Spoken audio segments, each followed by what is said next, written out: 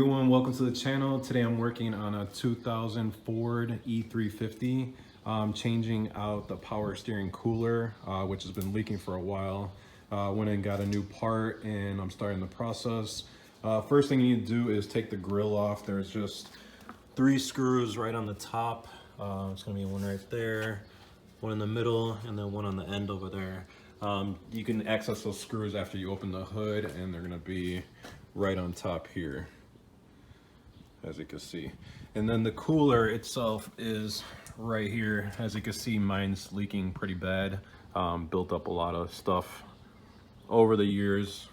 And the 2 screws that you have to take off, which are pretty hard to get to, it's one right there, and then there's one above it, which is hard to see. But the way you got to access them is through this side. So you can see there's one right down there. Get the focus going. All right, and then there's one all the way on the top as well.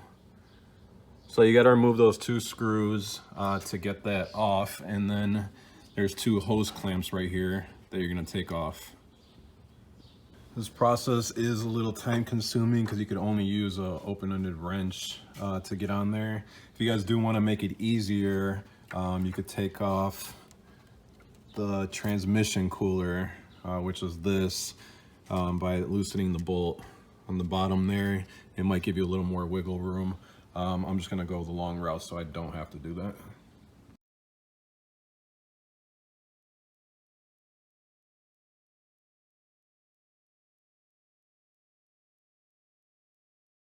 This is the new power steering cooler that I got, and you can see basically when you take them off, you want to hook them up exactly the same way with the same lines.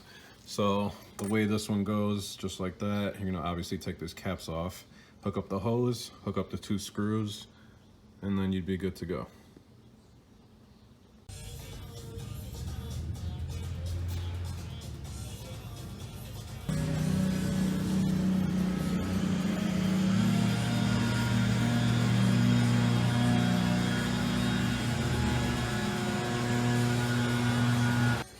If you guys have any questions, go ahead and comment. Don't forget to like this video, and please don't forget to subscribe.